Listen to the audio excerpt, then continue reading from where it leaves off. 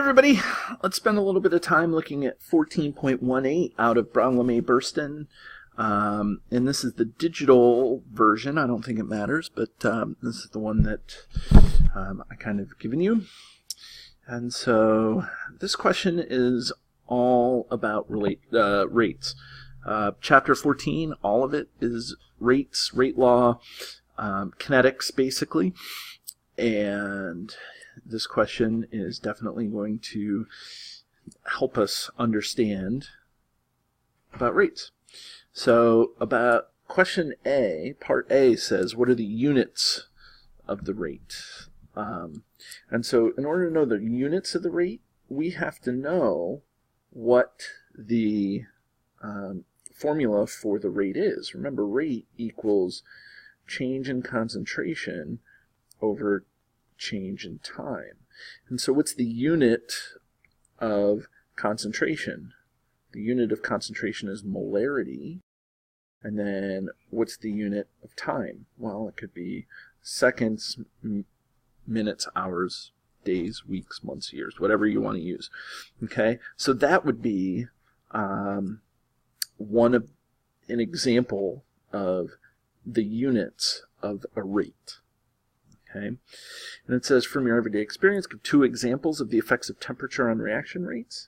So I think one example is cooking. Okay, if you took cake batter and let it sit there, it's definitely not going to react. It's going to have a very slow reaction, so slow that it won't even do it.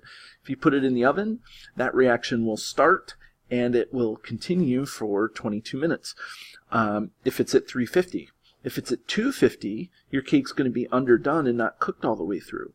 So the higher the temperature, typically the faster something will react in terms of cooking. Let's see. Another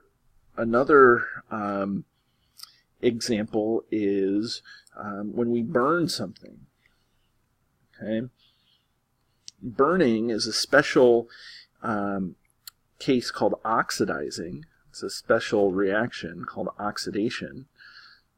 And so when we burn something, the oxidation happens way faster than if we let it sit there all by itself. Like when we burn magnesium metal. Magnesium metal goes from magnesium to magnesium oxide. If we sit it out, it does it by itself over time. But when we heat it up, when we put it fire, when we combust it, that reaction goes very quickly and it gives off a lot of light and a lot of heat. For the last thing, average versus instantaneous, this is kind of a rote memorization thing, or like something to keep in mind. But an average rate is the rate over the period of the reaction. So it's kind of like you start at 0 time, and let's say the reaction takes 30 seconds. Okay, that rate is over all 30 seconds, and it's going to encompass a time frame. The instantaneous rate is the rate at only one time.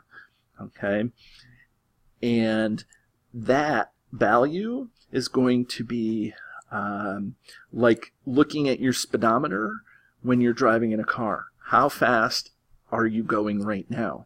And so it only has one time value, meaning how fast the reaction is going right now. Continuing with the car example, this idea of the car, if I drive to work, my average velocity is how fast I drove on average over 30 minutes. So you start at 0 and you start at 30 and you take the miles that I drove, and let's say it's 60 miles in 30 minutes. So what is my average speed? My average speed is 120 miles an hour, which I don't go 120 miles an hour, so it's kind of a ridiculous example, but you get the idea. So it's some sort of value over a period of time. Here, it's a value at a specific time, not over a period of time. So there it is. That's the deal we have with average and related rates, and that goes over question 14.18. 0.18.